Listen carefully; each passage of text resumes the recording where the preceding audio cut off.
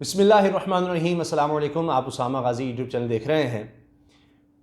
अमरीकी agency CIA उसके सरबराह William Joseph Burns फिर आए हैं पाकिस्तान, और वो काफ़ी जगहों पर घूम कर पाकिस्तान आए हैं और उन्होंने मुलाकात की है आर्मी चीफ से, और इस मुलाकात में DG ISI भी मौजूद थे।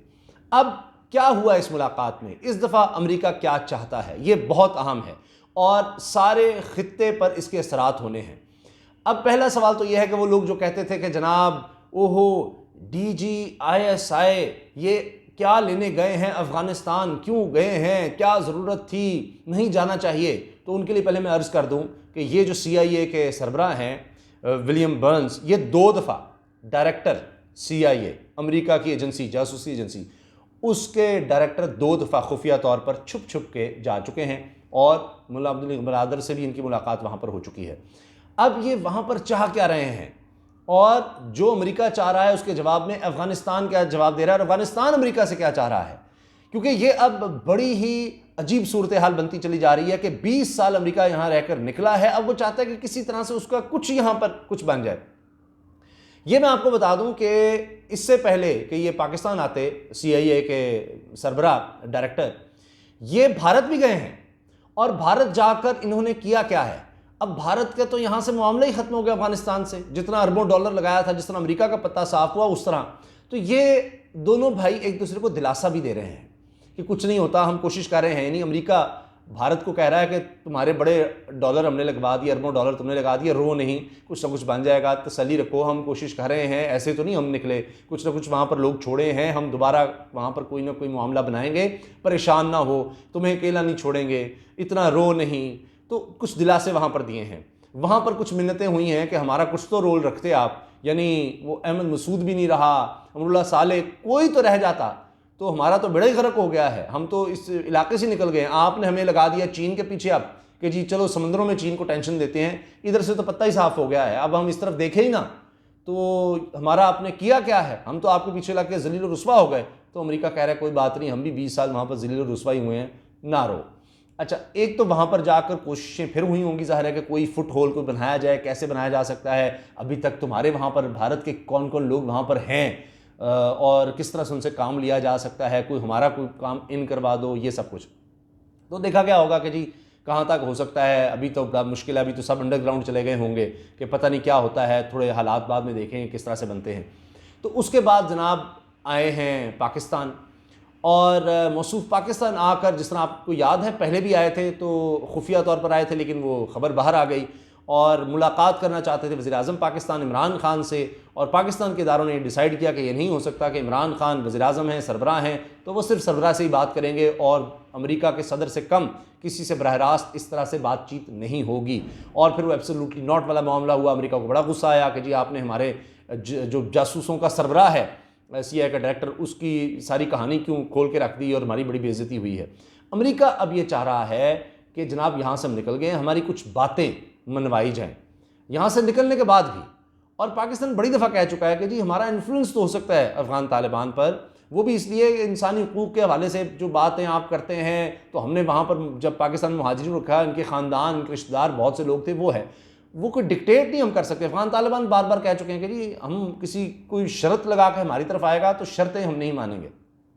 अब ये पाकिस्तान आए हैं, तो अब अफ़गानिस्तान की सूरत हाल पर बात हुई है। पाकिस्तान इनको समझा रहा है कि देखें अब आपको पता लग गया है कि 20 साल आपने रहकर कोई फ़ौजी हल नहीं निकाल सके, हम पहले ही आपको कहते थे। अब ये है कि किसी न किसी सूरत में आप ये जो हुकूमत है अफ़गान हुकूमत, इसको किसी हद तक तस्लीम करने की तरफ जाएँ, वरना आपको और ज़्यादा नुकसान होगा, आपकी बर्बादी होगी और ज़्यादा। ये जो अब समझा जा रहा है कि भारत या अमेरिका अब यहाँ पर कुछ देख लेंगे, या रूस, चीन इनको टेंशन दे देंगे, पाकिस्तान टेंशन में आ जाएगा, ये नहीं होना। DG ISI का वो जुमला याद रखना, उन्होंने एक ही जुमला बोला था जब वो गए वहाँ पर, कोई मीडिया के लोग आ गए, इंटरनेशनल मीडिया के, फैज़ हमीद ने कहा कि don't worry everything will be okay, परेशान ना हो, सब ठीक हो जाएगा। तो उम्मीद यही है कि इंशाल्लाह अफ़गानिस्तान में हालात ठीक हो जाएंगे।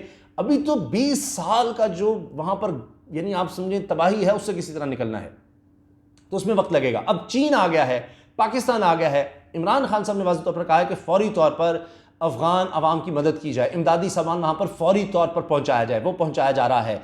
चीन ने ऐलान कर दिया है, एक तरह से तो वो कह रहा है कि जी वहाँ पर एनार्की का, यानी तबाही और बर्बादी और फसाद, जो एनार्की थी उसका खात्मा हुआ है जैसे ये हुकूमत का ऐलान हुआ है अफगानिस्तान में तालिबान की तरफ से। तो चीन तो भरपूर तरीके से सामने आ रहा है, 3 करोड़ 10 लाख डॉलर, पहला मुल्क है जिसने इतनी बड़ी मिकदार में इमदाद का ऐलान किया है, 3 करोड़ 10 लाख डॉलर की इमदाद का। और अफगान तालिबान बार बार इसको वेलकम कर रहे हैं और कह रहे हैं कि जी चीन की तरफ हम देख रहे हैं तमीर नौ के लिए भी सब। तो चीन तो उस तरफ जा रहा है, पाकिस्तान इंसानी हमदर्दी के तहत इमदाद कर रहा है, कतर जो है वो सामने आ रहा है, दीगर ममालिक सामने आ रहे हैं।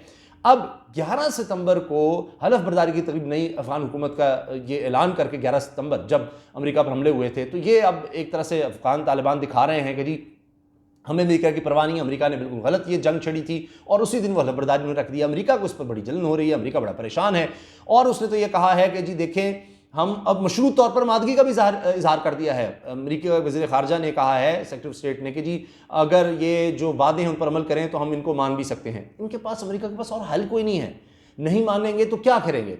अफगान तालिबान को क्या अमेरिका की बहुत ज़रूरत है, उसके बगैर भी वो चल लेंगे, मुश्किल ज़रूर हो सकती है लेकिन, और अमेरिका अगर नहीं मानेगा तो ज़्यादा अमेरिका का नुकसान है। अमेरिका क्या कह रहा है कि जी जो हक्कानी नेटवर्क है उसके लोग आपने क्यों शामिल किए, जो हमारी ब्लैक लिस्ट में क्यों शामिल किए। आगे से उल्टा अफगान तालिबान को याद करा रहे हैं कि आपने दोहा माहिदे में ये कहा था कि ये लोगों के नाम निकाले जाएंगे, तो आपने खुद से एक ब्लैक लिस्ट बनवाई हुई थी। वो लोग जो लड़ते रहे, आपके मुखालिफ लड़ते रहे, यानी जो मुज़ाकरात करते रहे वो आपको कबूल है, लेकिन जो लड़ते रहे वो कबूल नहीं है, तो वही तो लड़ते रहे, उन्हीं की वजह से तो आप यहां से दौड़े हैं, निकले हैं, तो उनको किस तरह से हुकूमत में शामिल ना किया जाए। तो अमेरिका को एतराज़ किया है। फिर इंसानी हुकूक की बात की जाती है, जी खवातीन इसमें कोई भी नहीं है, एक भी खातून नहीं है, बड़ी ये बात की जाती है जी इंसानी हुकूक को हम देखें, इंसानी हुकूक। तो एक सवाल है कि अमेरिका ने कितने इंसानी हुकूक को देखा, कि वहां पर बात की जाती है कि अफगानिस्तान में जंगी जराइम का मुर्तकब हुआ है, अमेरिका उस पर तो बात नहीं होने देती। अभी जाते जाते आप देखिए एक ही खानदान के 10 लोग ड्रोन हमले में मार दिए, बेगुनाह लोग, और बेशुमार लाखों लोग मारे गए हैं। तो वो इंसानी हुकूक कहाँ गए। यानी आप औरतों को बेवा कर दें, बच्चों को यतीम कर दें, मार दें लोगों को, इस तरह से बम गिरा गिरा के नीचे पता ही नहीं कौन है कौन नहीं है,